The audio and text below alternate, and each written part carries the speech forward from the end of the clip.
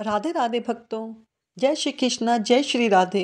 आज मैं आपको माघ महीने का 9वें अध्याय का महात्म सुनाऊंगी। इससे पहले हम एक कथा की ओर चलते हैं। किशन नगर के पास एक गांव में एक ब्राह्मण देवता रहते थे। पुरोहिती का काम करते थे। एक दिन यजमान के यहाँ जाकर पूजा पाठ कर कर घर लौटते समय उन्होंने रास्ते में देखा कि एक मालिन यानी साग बेचा करती थी, एक पर बैठकर साग बेच रही थी। भीड़ लगी हुई थी। कोई साग तुलवा रहा था, कोई मोलभाव कर रहा था। पंडित जी रोज उसी रास्ते से जाते और साग वाली को वहीं बैठा हुआ देखते। एक दिन किसी जान पहचान के आदमी ने साग खरीदते देखकर पंडित जी भी वहां जाकर खड़े हो गए। उन्होंने क्या देखा, साग वाली के पास एक पत्थर का बाट है। उसी से वह 5 शेर वाले को 5 शेर देती और 1 किलो वाले को 1 किलो सामान देती। उसी बाटे से जितना भी कोई सामान लेता उसको वह वही तोल कर दे देती। पंडित जी को देखकर बड़ा आश्चर्य हुआ। फिर उन्होंने साग वाली से पूछा, एक बात तो बताओ, तुम इस पत्थर से एक बाट को सबको साग कैसे तोल कर देती हो? कोई कम लेता है, कोई ज़्यादा लेता है, क्या सबका वजन ठीक उतरता है? तब पंडित जी के परिचित व्यक्ति ने कहा, हाँ पंडित जी, यह बड़े अचरज की बात है। हम लोगों के कई बार इसके साग को दूसरी जगह तोल कर आजमाया, लेकिन हर बार पूरा वजन उतरता, कभी कम या ज़्यादा नहीं होता। पंडित जी ने कुछ रुक कर साग वाली से कहा, बेटी क्या यह पत्थर तुम मुझे दोगी? साग वाली बोली, नहीं बाबा जी, मैं आपको यह पत्थर नहीं दे सकती। मैंने तो बड़ी मुश्किल से इस पत्थर को प्राप्त किया है। अक्सर मेरा शेर बटेकला तो गुम हो जाते थे। माँ फिर और बड़े भाई मुझे खूब मारते थे। 3 साल पहले मेरे बाटे खो गए थे। फिर मैं अपने घर गई तो भाई ने मुझे खूब मारा। मैं पूरी रात रोते रोते घर पर बैठकर रोती रही। सारी रात मैंने रोते रोते निकाल दी। मैंने मन ही मन भगवान को पुकारने लगी। इतने में ही मेरे पैर के पास से पत्थर आकर लगा। मैंने इसको उठाकर ठाकुर जी महाराज मैं तोलना नहीं चाहती, आप ऐसी कृपा करना जिससे कि मैं सारे तोल हो जाएं। बस तभी से मैं इसे अपने आप पास रखती हूँ। अब मुझे अलग अलग बाटे रखने की ज़रूरत नहीं है। जो जितना साग मांगता है मैं इस बाटे से तोलकर उन्हें साग दे देती हूँ। अब आप ही बताइए पंडित जी, ऐसे आपको मैं कैसे दे दूं? तब पंडित जी कहने लगे, मैं तुम्हें इसके बदले में बहुत सारे रुपये दूंगा। साग वाली बोली, पूछे कितने रुपए दोगे? तुम वृंदावन जाने का खर्चा दे दो। सब लोग वृंदावन गए हैं, मैं ही एक जो हूँ जो नहीं जा रही। तब ब्राह्मण देवता ने पूछा, बताओ कितने रुपए में तुम्हारा काम चलेगा? तब साग वाली बोली, पूरे 300 रुपये चाहिए। ब्राह्मण बोले, अच्छा बेटी, अब तो यह तो बताओ तुम इस शिला को रखती कहाँ हो? साग वाली ने कहा, इस टोकरी में रखती हूँ। बाबा जी, और कहाँ रखूंगी? उसने अपनी टोकरी की तरफ इशारा किया। अब ब्राह्मण देवता घर लौट गए और चुपचाप बैठे रहे। ब्राह्मणी ने उन्हें इस तरह से देखा तो पूछा, पति जी आप क्यों उदास हो, बैठे क्यों, बहुत देर हो गई है? तब ब्राह्मण ने कहा, आज मेरा मन बहुत खराब है। क्यों? मुझे 300 रुपये की ज़रूरत है। तब उनकी पत्नी ने कहा, भला इसमें कौन सी बात है, आपने ही तो मेरे गहने बनवाए थे। अगर आपको कोई विशेष ज़रूरत हो तो आप इन्हें ले लीजिए, इन्हें ले जाइए। और फिर कहकर ब्राह्मणी ने गहने उतारकर ब्राह्मण को गहने बेचकर रुपये इकट्ठे कर कर दे दिए। दूसरे दिन सवेरे जाकर साग वाली के पास पहुंच गए और उसके रुपये गिनकर दे दिए। बदले में उस शिला को ले लिया। अब गंगा जी पर जाकर उन्होंने पहले उस शिला को अच्छी तरह से धोया और फिर नहा धोकर वे घर लौट आए। घर पीछे से एक छोटा सा राजकुमार बालक आकर ब्राह्मणी से कह गया, पंडितानी जी, तुम्हारे घर तो ठाकुर जी आ रहे हैं। घर को अच्छी तरह से झाड़ बुहार कर लिया। सरल हृदय ब्राह्मणी ने घर साफ करके पूजा सामग्री सजा दी। आकर घर में ब्राह्मण देवता ने देखा तो उन्हें बड़ा आश्चर्य हुआ। इतनी साफ सफाई, घर में आज कोई सजावट ऐसे कैसे? ब्राह्मणी ने पूछा तो पूछने पर उसने छोटे बालक के आकर सारी बात बता दी। पंडित जी सुनकर आश्चर्य में पड़ गए। अब पंडित जी ने शिला को सिंहासन पर पधारा, उसकी पूजा की, उसे ऊपर आले में पधार दिया। अब रात को भगवान ने सपने में दर्शन देकर ब्राह्मण से कहा, तुम मुझे जल्दी लौटा दे, नहीं तो तेरा बहुत बुरा होगा, सर्वनाश हो जाएगा। तो ब्राह्मण ने कहा, जो भी कुछ हो जाए मैं तो आपको नहीं लौटाऊंगा। ब्राह्मण घर में जाकर कुछ पुष्प लेकर आता, उसी से पूजा करने लगा। 2-4 दिन बाद फिर स्वप्न में आकर भगवान ने कहा, मुझे फेंक दे, नहीं तो तेरा लड़का मर जाएगा। ब्राह्मण ने कहा, मर जाने दो, लेकिन मैं तुम्हें नहीं फेंकूंगा। पूरा महीना बीत गया, बीता भी नहीं था कि ब्राह्मण का इकलौता पुत्र मर गया। कुछ दिनों के बाद फिर स्वप्न आया, तुम मुझे वापस दे दो, मैं तुम्हारी लड़की मर जाएगी। दृढ़ निश्चय ब्राह्मण ने पहले वाला ही जवाब दिया। फिर विधाता का विधान तो देखो, कुछ ही दिनों के बाद उसकी लड़की मर गई। अब की बार फिर स्वप्न में कहा कि मुझे फेंक दो। ब्राह्मण देवता ने वही उत्तर दिया। अब की बार उसकी पत्नी मर गई। इतने पर भी ब्राह्मण अचल अटल अडोल रहा। लोगों ने समझा ये पागल हो गया है। कुछ दिन बीतने पर भगवान ने फिर स्वप्न में कहा, देख अब भी मान जा, मुझे लौटा दे, 7 दिनों में से तेरे सिर पर बिजली गिरेगी। ब्राह्मण बोले, गिरने दो, मैं तुम्हें उस साग वाली की गंदी टोकरी में नहीं रहने दूंगा। तब ब्राह्मण ने एक मोटे कपड़े में लपेटकर भगवान को अपने माथे पर मजबूती से बांध लिया। वे अब उस समय उन्हें इसी तरह बांधे रखते। कड़कड़ कर बिजली कौटती, नजदीक आती पर लौट जाती। अब जो समय भगवान के बिजली गिरने का बता रखा था, उस दिन के आने में 3 दिन ही शेष रह गए थे। एक दिन ब्राह्मण गंगा जी के घाट पर संध्या पूजन कर रहे थे। 2 सुंदर बालक उनके पास आकर जल में कूदे। उनमें से एक सांवला था और एक गोरा था। उनके शरीर पर कीचड़ लिपटा हुआ था। वे इस ढंग से जल में कूदे कि जल उछलकर ब्राह्मण के शरीर पर गिरा। तो ब्राह्मण ने कहा, अरे तुम लोग कौन हो भैया, कहाँ से इस तरह से जल में कूदा जा रहा है? तो देखो जरा, मेरे शरीर पर जल पड़ा है। इतना ही नहीं, मेरे भगवान पर भी छींटे पड़ गए हैं।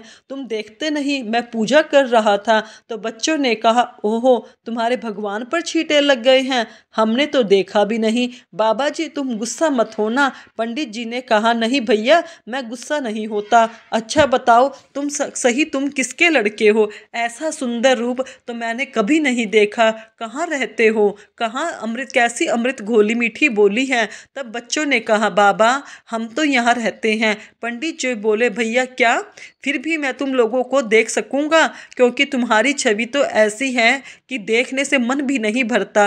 तो बच्चों ने कहा, क्यों नहीं बाबा, आप तो बस पुकारना, हम तुरंत आ जाएंगे। पंडित जी ने नाम पूछने पर, हमारा तो कोई नाम ही नहीं है, जिसका जो मन कहता है उसी नाम से पुकार लेता है। सांवला लड़का ऐसा कहकर बोला। फिर कहने लगा, यह लो मुरली, जरूरत हो तो इसे बजा देना, फिर हम आ जाएंगे। दूसरे दिन गोरे लड़के ने एक फूल देकर पंडित जी से कहा, बाबा इस फूल को अपने पास रखना, तुम्हारा मंगल होगा। फिर वे जब वहाँ से चले नहीं गए, तब तक ब्राह्मण उन्हें एक टकी लगाए देखते रहे और आंख लगाकर देखते ही रहे। मन ही मन सोचने लगे, आह कितने सुंदर हैं दोनों, पता नहीं फिर इनके दर्शन होंगे या नहीं। ब्राह्मण ने फूल देखकर सोचा, फूल तो बहुत बढ़िया है, कैसी मनोहर गंध आ रही है, पर मैं इसका क्या करूँगा, रखूँगा भी कहाँ? इससे तो अच्छा है राजा को दे आऊँ, नीच नई चीज़ है, वो राजी होंगे। और ऐसा सोचकर पंडित जी ने जाकर उस फूल को राजा को दे दिया। राजा बड़ा प्रसन्न हुआ। उन्होंने उस फूल को महल में ले जाकर बड़ी रानी को दे दिया। इतने में छोटी रानी ने आकर कहा, मुझे भी ऐसा ही फूल मंगवा दो, नहीं तो मैं डूबकर मर जाऊंगी। अब राज दरबार में आए और सिपाहियों को उसी पंडित जी को खोजने के लिए भेजा। सिपाहियों ने ढूंढते ढूंढते जाकर देखा कि ब्राह्मण देवता सिर पर सीला बांधे पेड़ की छाया में बैठे कुछ गुनगुना रहे हैं।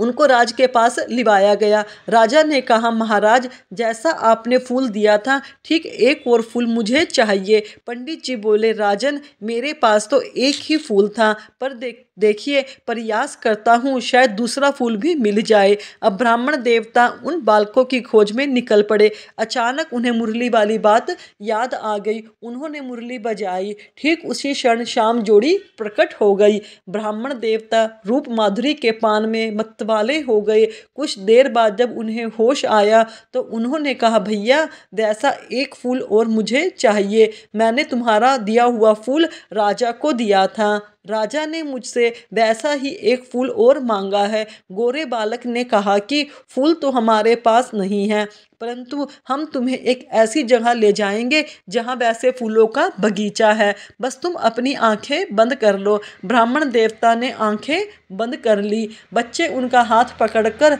निज रास्ते से बातें बातों में उन्हें कहीं और ले गए। एक जगह पहुंचकर ब्राह्मण ने उनके कहने पर आंखें खोली तो देखकर मुग्ध रह गया। बड़ा सुंदर स्थान है, चारों ओर सुंदर सुंदर वृक्ष लताएं पुष्पों की मधुर गंध से सुशोभित हैं। बगीचे के बीच में एक बड़ा मनोहर महल है। ब्राह्मण ने देखा तो वे बालक वहाँ से गायब थे। साहस करके आगे बढ़े। महल के अंदर जाकर देखते हैं सब ओर से सुसज्जित बड़ा सुरम्य स्थान, बीच में एक दिव्य रत्नों का सिंहासन, लेकिन सिंहासन खाली है। पंडित जी ने उस स्थान को मंदिर समझकर प्रणाम किया। उनके माथे में बंधी हुई ठाकुर जी की शिला खुलकर फर्श पर गिर पड़ी और जैसे ही पंडित जी ने उसे उठाने को हाथ बढ़ाया तो शिला फटी और उसमें से भगवान लक्ष्मी नारायण प्रकट होकर शून्य सिंहासन पर विराजमान हो गए। तब भगवान नारायण ने मुस्कुराते हुए ब्राह्मण से कहा, हमने तुमको कितने दुख दिए पर तुम अटल रहे। दुख पाने पर भी तुमने हमें नहीं छोड़ा, नहीं छोड़ा, पकड़े ही रहे। इसी से हम तुम्हें सशरीर यहाँ ले आए हैं। जो भक्त स्त्री पुत्र घर गुरुजन प्राण धन इलोक परलोक सब कुछ छोड़कर हमारी शरण में आ जाए, भला हम उन्हें कैसे छोड़ सकते हैं। इधर देखो, यह खड़ी है तुम्हारी सहधर्मणी, तुम्हारी कन्या और तुम्हारा पुत्र भी।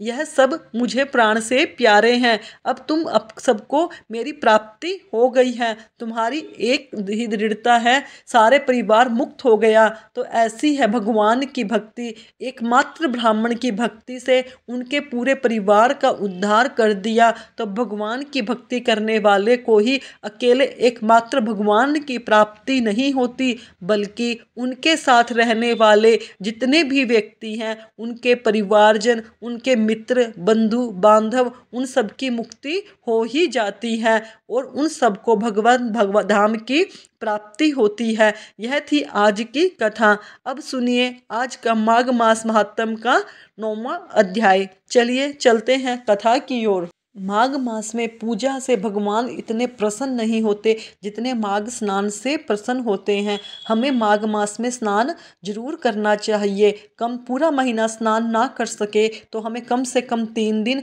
5 दिन का स्नान अवश्य करना चाहिए। कल अध्याय में हमने दत्तात्रेय द्वारा वर्णित कुंडल और विकुंडल नाम के भाइयों की सुंदर कथा का श्रवण किया था, जिसमें मृत्यु के बाद यमदूत विकुल को कर्मों की गति बता रहे थे। अब आगे यमदूत कहने लगे, जो भी कोई एकादशी का व्रत करता है वह दुखों को प्राप्त नहीं होता है। मास की दोनों एकादशियों पर भगवान विष्णु के नियमित पूजा जप ताप अवश्य करना चाहिए। जब तक मनुष्य इन दिनों में व्रत नहीं करता उसके शरीर में पाप बने रहते हैं। हजारों सैकड़ों वाजपेयी यज्ञ एकादशी व्रत के बराबर भी नहीं है। मतलब हर किसी को एकादशी व्रत जरूर ही करना चाहिए। मास की दोनों एकादशियों को व्रत करना चाहिए। एकादशी के दिन व्रत करने से 11 इंद्रियों के सब पाप नष्ट हो जाते हैं। गंगा गया जी, काशी जी, पुष्कर, कुरुक्षेत्र जी, गंगा जी, यमुना जी, चंद्रभागा कोई भी एकादशी के तुल्य नहीं है। एकादशी के दिन व्रत करके मनुष्य वैकुंठ लोक को प्राप्त होता है। एकादशी को व्रत और रात्रि जागरण करने से माता पिता और स्त्री के कुल 10-10 पीढ़ियों का उद्धार हो पाती है।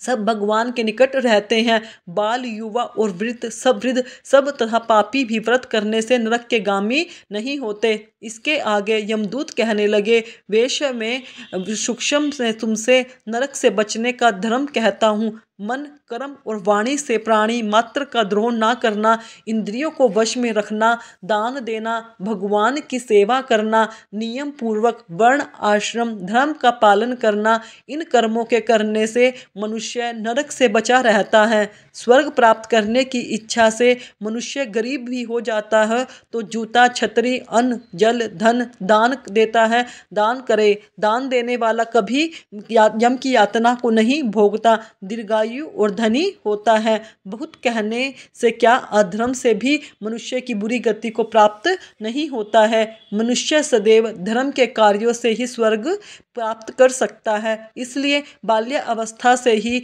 धर्म के कार्यों का अभ्यास करना चाहिए।